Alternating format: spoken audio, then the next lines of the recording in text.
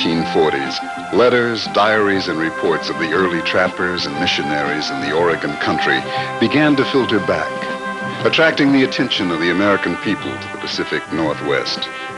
As the United States became more interested in the West Coast, so grew the interest of roving pioneers in the Oregon country, a journey of approximately 2,000 miles.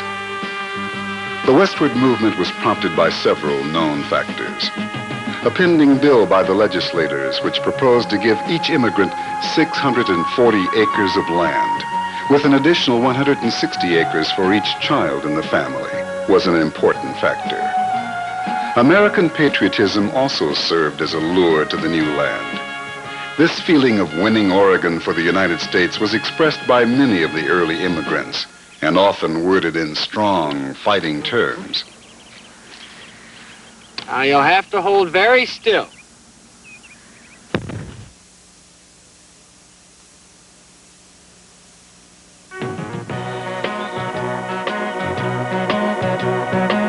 By the late 1870s, Reconstruction had ended, and the rights of free blacks were again handed over to the former slave masters for safekeeping. During this decade, blacks from Virginia to Louisiana to Texas met to discuss where they should go and what they must do. The solution was slow in developing, passing through several preliminary stages. A committee of 500 blacks was formed. Between 1870 and 1910, the total black population more than doubled. But in the Pacific states of Washington, Oregon, and California, it increased 8 times. The pioneers had many reasons for heading west. Some were driven by a restless and adventurous spirit and a sense that they were taking part in a great historical migration. But for blacks like George Bush and his family, there was also the hope that in that remote corner of the West, they might become true, free citizens of America. His stubborn hope for greater freedom for himself, his wife, and his 5 sons made them the first known black family to settle in the Pacific Northwest. According to history, Bush bought 6 Conestoga wagons, equipped with enough provisions for a year, and assisted several other families in making the trip to Oregon. Bush reportedly built a false bottom in his wagon. He hid over 100 pounds of silver worth about $2,000.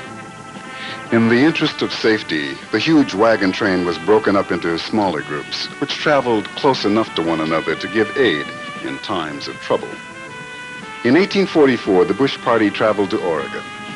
The Oregon Territory consisted of the land which later became the states of Washington, Oregon, and Idaho. In 1845, the Bush party moved north of the Columbia River into the area that is now the state of Washington and founded the first American settlement there. You're Mr. George Bush, aren't you? Yes, I'm Bush. Call me George. That's my wife, Isabel, and my son, Owen. Howdy. Pleased to make your acquaintance. You're the first colored folk I ever saw. Is that a fact? Yes, sir. Oh. Morning, gentlemen. Good morning, Colonel. Morning. George, do you think you're going to need any help to get that rolling? No, I think we can manage. We'll catch up with you as soon as we can. Say, that's great. I'd kind of like to keep the wagon train rolling so we can get into Soda Springs by tonight. We'll see you fellas later. Bye. Many of the blacks who came to homestead in the Northwest Territory did not find the full citizenship they hoped for. Some Western territories refused to let them enter and passed laws to exclude them, which were known as the Black Laws. It is true that the Westerners took a firm stand against the arrival of slavery in their states, but they also took a firm stand against the arrival of free blacks. Mr. Reese, I'd like you to meet Mr. George Bush and his son Owen, his wife Isabel, Mr. Dan Reese. Pleased to meet you, Dan. Hello. Howdy. Hi. We'd be down right on it if you gentlemen would stay and have supper with us. Don't mind if we do. John? Thank you, George. Well, what are we having, Mom? We're having stew. Well, whatever it is, it sure smells good, ma'am. Well, then let's see.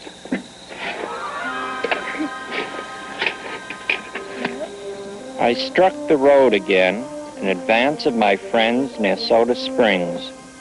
There was in sight, however, George Washington Bush, at whose camp table Reese and I had received the hospitalities of the Missouri Rendezvous.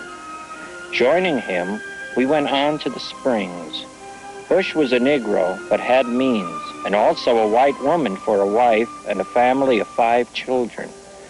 Not many men of color left the slave state so well-to-do, and so generally respect, but it was not in the nature of things that he should be permitted to forget his color. As we went along together, he riding a horse and I on foot, he led the conversation to this subject. He told me he should watch, and when we got to Oregon, what usage was awarded to people of color, and if he could not have a free man's rights, he would seek the protection of the Mexican government in California or New Mexico. He said there were few in that train he would say as much to as he had just said to me. I told him I understood. The conversation enabled me afterwards to understand the chief reason for Colonel M.T. Simmons and his kindred, and Bush and Jones determining to settle north of the Columbia River.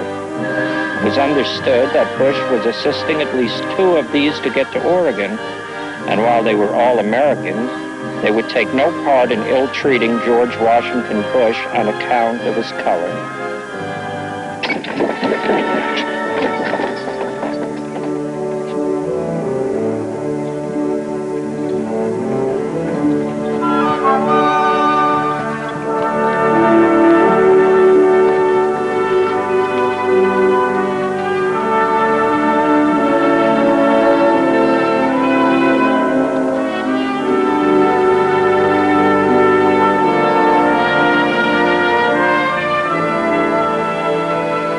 The one thing which most of the homesteaders could share was the opportunity to own land. The government wanted the West settled, so in 1862 the Homestead Act was passed. According to this set of laws, a man could lay claim to 160 acres of unappropriated land, paying only $10 to file his claim with the government. To make his claim good and own the land, he then had to either live on the land or cultivate the land for 5 years. This was called homesteading, something a lot of folks didn't know about.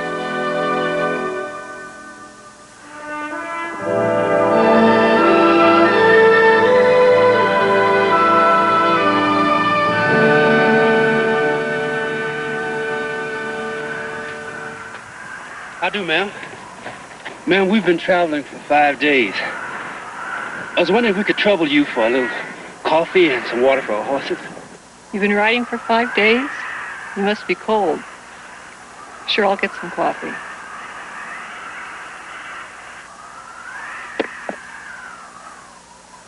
Well, I'll see.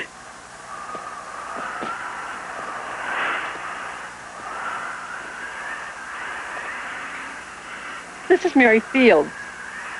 She used to work here with us at the missions. The children are very fond of her. We all enjoy Mary's visits. Hi. I'm Mary Fields. What do you fellas call yourself? George Thatcher, man. Old Charlie, man. I'm Lincoln Jackson, ma'am. Never expected to see no colored ladies in these parts. So where you come from? What are you doing here? I carry the mail around these parts. I say I've been out in Montana about 10 years. I'm mighty glad to see you fellas out there. How long you gonna stay? Well, we're on our way to California, ma'am. But we're gonna be in Montana a little bit longer now. Yeah? Well, now, if it's work you're looking for, plenty of it around these parts. Lots of free land, too. What y'all mean free land, man? You mean people giving away land around here? All you gotta do is just, homestead it. Homesteaded? Homestead it. Homestead it, ma'am? Homesteaded. Homestead it.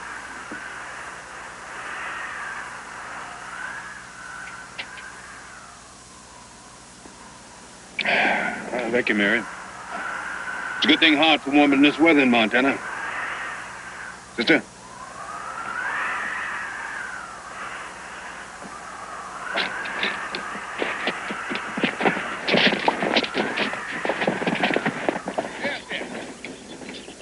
Hey, you! Hey, up there! Oh!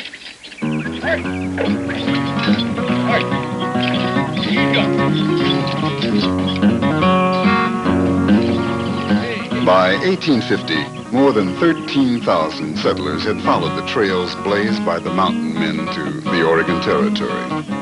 During the Civil War, migration tapered off because those seeking opportunity went to work in the industrial towns that boomed when men were busy manufacturing weapons for the war. During the period of Reconstruction that followed the Civil War, many of the newly freed slaves came to the Oregon Territory to build a new life for both themselves and their families. Hey, that's mine now. Hold real still.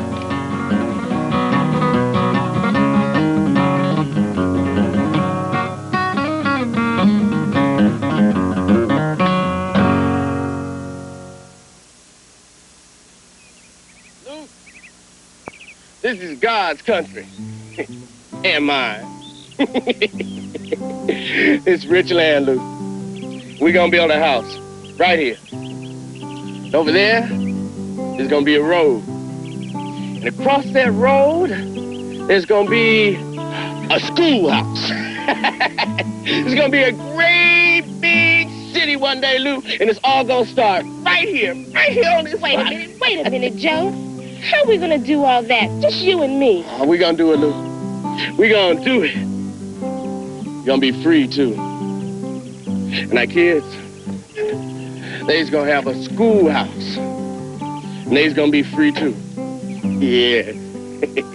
You hear me, girl? You hear me, world? No more bowing and scraping.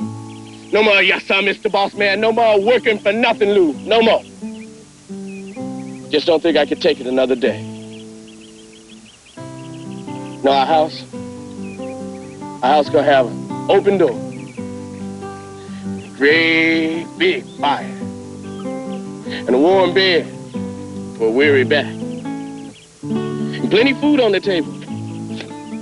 And a whole lot of love.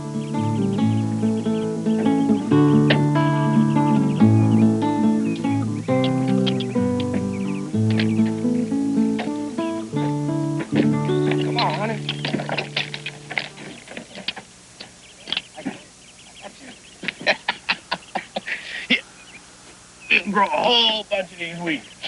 Here you go, honey.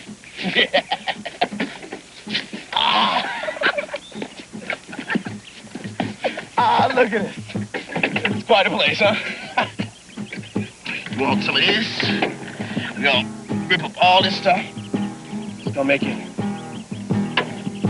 all very fun.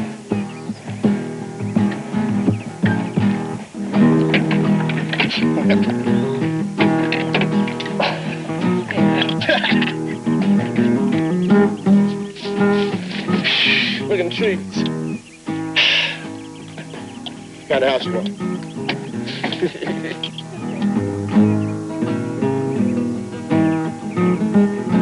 Lou! Come here, Lou!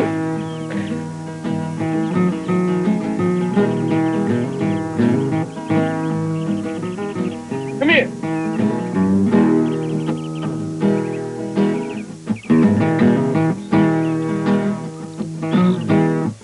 What is it, Joe? It's your house.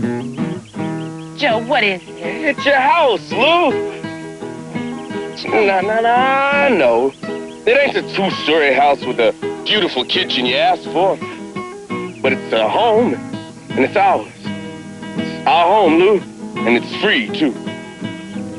Come on.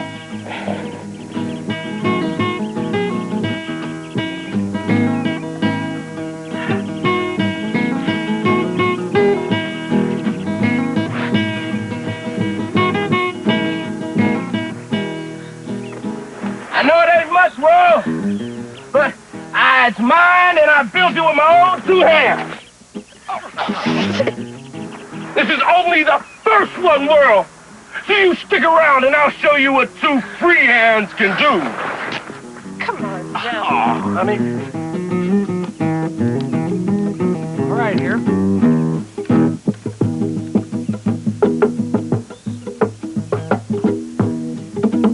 All right, folks, now hold real still.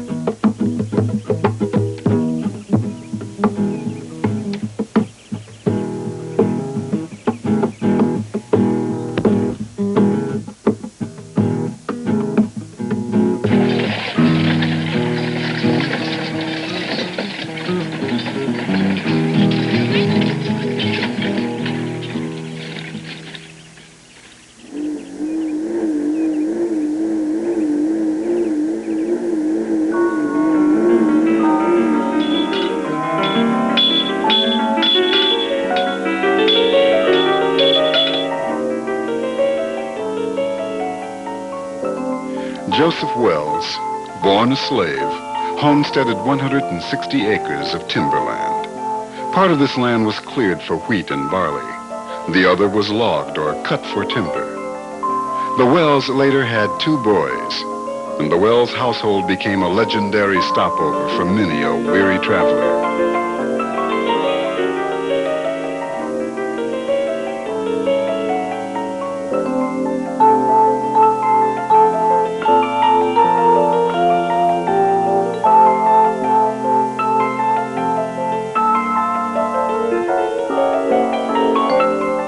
Having 2 boys, an additional 90 acres was acquired. Joe Wells then worked as a blacksmith and later raised thoroughbred horses. Joe Wells died in 1925. Part of his original homestead was then sold. The remainder was sold in 1955.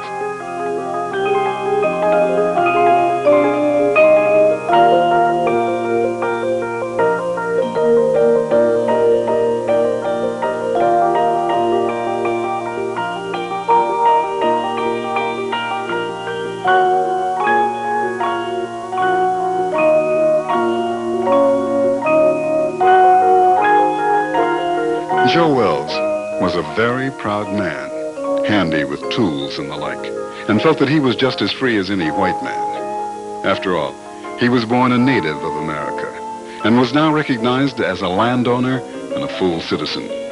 The Swedish immigrants and other foreigners could not yet call themselves citizens.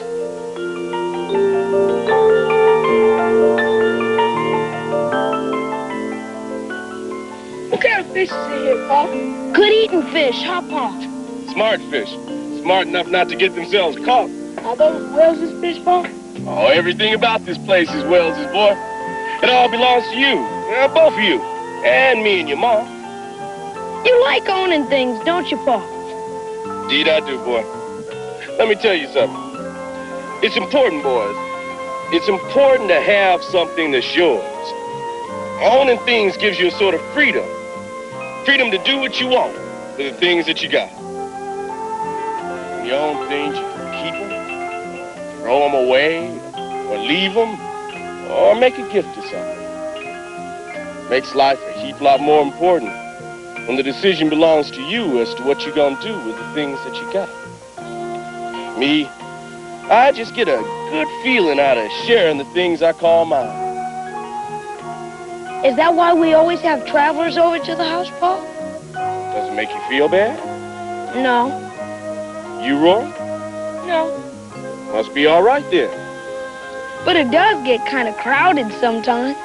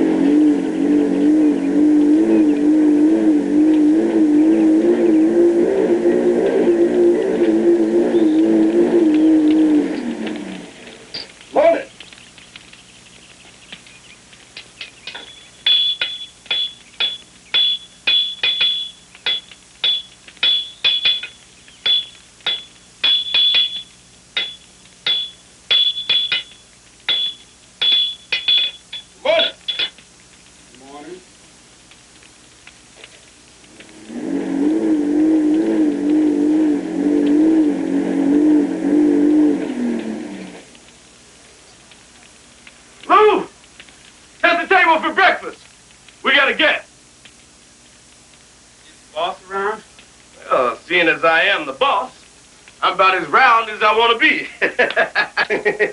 I mean, you own this place?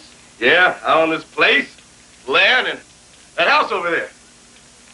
My name is Joe Wells. I'd like for you to meet my wife, Lou, and my sons, Chuck and Roy. I'm Everett Sloan. I'm on my way south.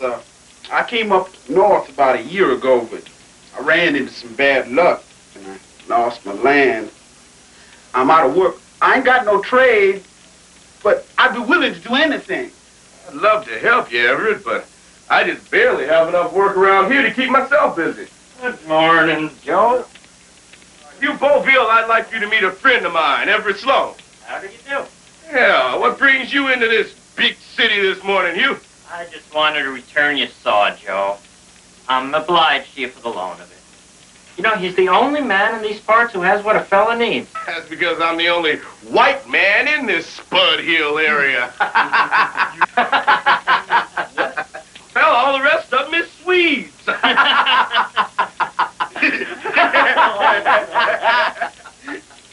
Well, I'd be really obliged to you if you could just give me a start. I could do all kinds of things around. I could clean up the place. I could learn how to run the hammer. Yeah, I could get the fresh water, and I could keep the fire going. Yeah, and I could keep the coal in. Yeah.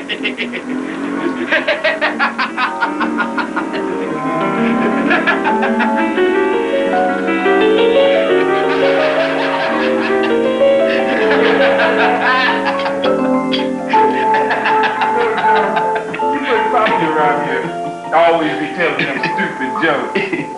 But you know, everybody that comes here leaves feeling just a little bit better than when they came. You always make things look easy. Life is as easy as you want to make it, I always say. You know, I often wondered whether or not my husband really believes that. Oh, he says that a whole lot of times, Mr. Sloan. But no matter how hard I try, well, I just ain't sure it's as easy as he makes it sound. You know, sometimes I wonder how come you don't feel bitter about being a slave. You know, that's something that's always stuck in my craw. Every time I think about it, I get mad. You know, I'll never forget it. I can't understand how come you let them people come in your house. Well, I know how you're feeling, Sloan. And I don't think there's anything I could say that could make all the things that happen make any sense.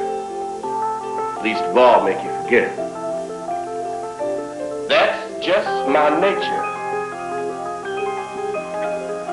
All I know is that, in spite of all the things that was once wrong, it is suddenly getting better. Now, I know that there's still a lot that needs to be done. And I know that we still got a long way to go. But I want to, at least for the rest of my life, be able to open my door to anyone. Anyone. That's what I feel like doing.